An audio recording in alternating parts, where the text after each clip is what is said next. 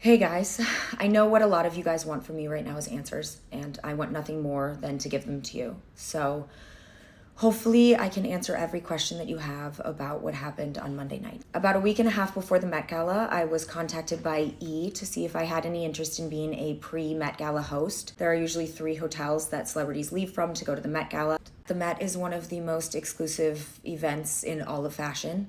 You have to be handpicked by Anna Wintour herself to go. That's the only way that you get there. I was not invited by Anna Wintour, involved only as a host. Meaning that the moment that the last attendee left the hotel, I went home and I watched the Met Gala coverage from my couch with my friends. That is also why you haven't seen any photos of me on the white and green carpet for the Met Gala, because I was working at the Mark. And I literally wasn't even invited to the Met Gala, so security would have definitely dragged me out. I paid no amount of money to go to the gala because I wasn't invited. Since I was little, I have idolized the Met. I love the costumes and the design, and it has always been one of my biggest dreams to be invited to attend. After entering content creation, I was told that those dreams are nearly impossible if you are not in one of the inner circles of fashion. So when E reached out to me with interest in being a pre-Met Gala host, I immediately said yes, because I just wanted to get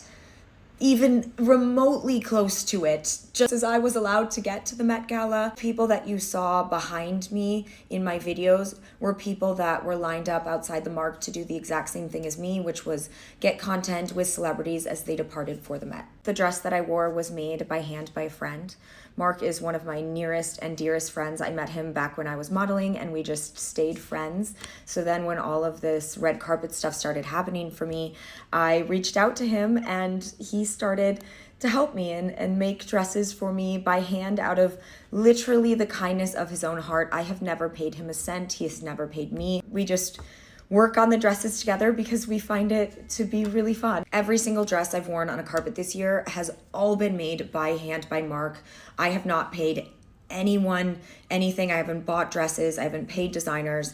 Mark is the only person that I have worked with. Mark does not have a factory. Mark does not employ a bunch of people to work on these dresses. Every single dress he has made for me, he has made by himself with no one else's help, by hand, out of literally nothing more than the kindness of his own heart. And he's one of the only reasons I've even been able to do what I've done this year, because I wouldn't have had the dresses to go to these events if it hadn't been for him. This now brings me to the audio that I used for that particular video. And let them eat cake. And first and foremost, before I say anything, I need to apologize.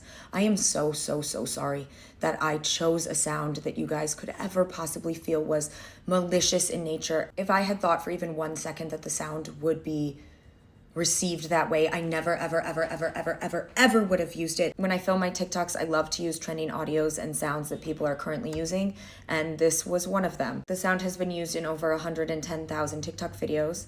It's the current trending audio of a glow-up trend in the United States and abroad. It's also been used by different makeup artists in the last couple weeks to create Marie Antoinette looks. Let them eat cake. Who took the bomb? Who took the bomb? And it's been used by big and small creators alike, with no negative feedback or no negative discussion in the comments. Let them eat cake. Who took the bomb? Let them eat cake. Who took the bomb? Let them eat cake. Who took the Let them eat cake. Who took the bomb? Let them eat cake. Who took the bomb? Let them eat cake. Who took the bomb? The sound choice truly had no deeper meaning. I never would have chosen a sound on purpose to highlight wealth disparity or elitism. I never even thought it would be taken in that way, because I wasn't elite enough to even be invited to the Met Gala, because I'm not elite. I'm a normal person. My dumb self just used an audio that I thought was viral and trending and that people recognized from the Marie Antoinette 2006 movie. Let them eat cake. Who took the bomb? I didn't think that much into it, and for that I am so sorry. I did not do my due diligence. Like, I'm so stupid, because the things going on in the world today are weighing heavily on everyone's hearts. Innocent men, women, and children are dying. People do not have access to food and water. People are being kicked out of their homes. There are so many things going on in this world that are just wrong. I know that this situation is very complex. I also know that I don't know the right thing to do or say a lot of the time, which leads me to the question everyone is asking, which is, why don't I talk about it?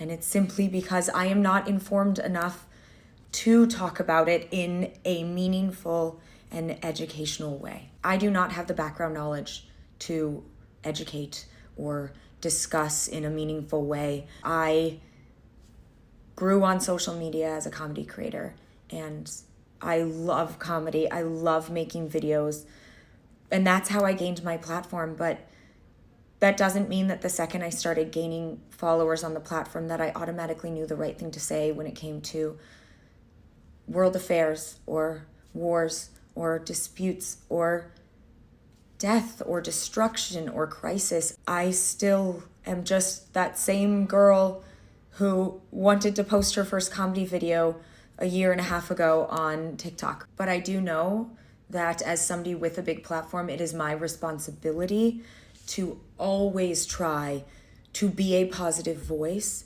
and to always try to better myself and be a good example for my audience, because I never want to let them down. At the end of the day, I want to make sure that my words are used for good.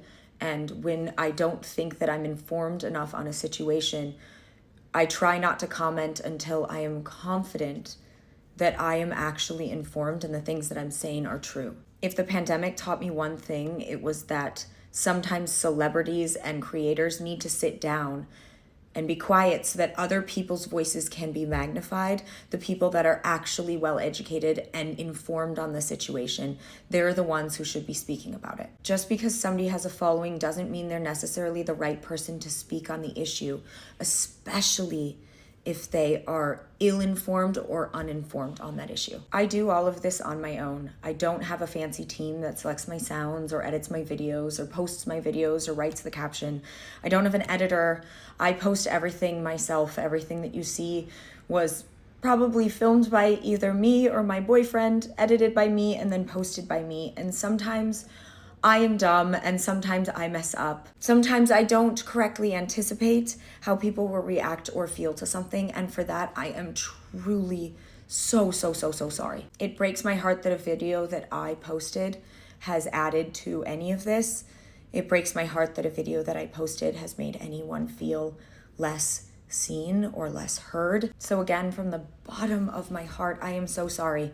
You do not have to accept my apology, but just know that I am so sorry, and I really hope that this sheds a light on all of these issues and opens up a very important discussion. At the end of the day, I am glad, though, that an unintentional mistake has now been the catalyst for discussing wealth inequality, world crisis, and will hopefully bring about the leaders whose voices should be heard in this.